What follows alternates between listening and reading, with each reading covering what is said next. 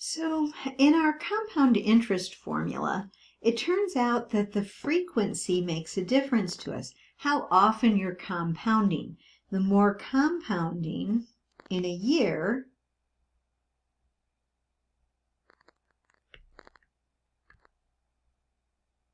the more money. Okay.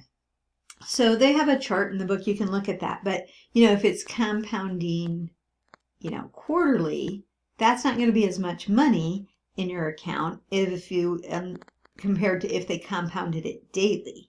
Okay. So the more often they're compounding the interest, the more money you're going to earn on that account. Okay. Now, let's look at this expression right here. Okay, so it kind of looks like that part of our compound interest formula, not considering time, consider the time to be 1 year, and say you're always doing it at 100%. You're always rolling over whatever amount of money you have. So that's why this would be 100%, and then time is 1, okay? And we're not saying this matters according to how much principal we started with. Okay, so it's just that part of the formula. But watch what happens if we take different values of n. We get, say n is 1. Well, you'd have 1 plus 1 to the 1 power, which is going to be 2. Now, let's jump it up, though, and say n is 10. Now, I already did these on a calculator because I knew it would take a time to do that. But you get 2.5937, and I'm rounding these off to 4 decimal places. Now let's jump it up to 100. You get 2.7048. Now we're going to go for 1,000. You get 2.7169.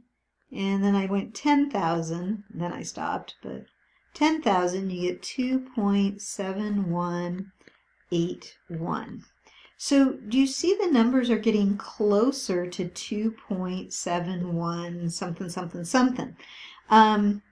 This represents the letter E, and it's usually italicized, but this is actually how you calculate E. You have an E button on your calculator. It's a lowercase e, so you can look for it and see if you can find it. If you can't find it, it should be near your log button. It should be either above or below your LN button, okay? But it's on there, so take your calculator, and for my calculator, I have to do second function E, and then it gives me this. I'm going to put a 1. I'm going to put an exponent of 1 in there. And then it gives me this 2.7182812828, and then I'm out of room, okay? So it's approximately 2.72.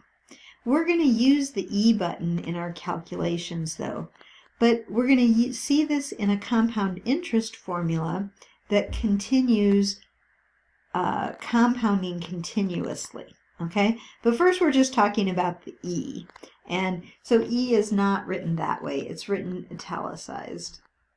There's my italics way of writing it. Okay, but find the E button on your calculator. And when we're doing a decimal approximation, we usually say 2.72. So it's kind of like pi. It's an irrational number, but it approaches 2.72. Okay. The actual number for E, though, it's on your calculator. Your calculator knows.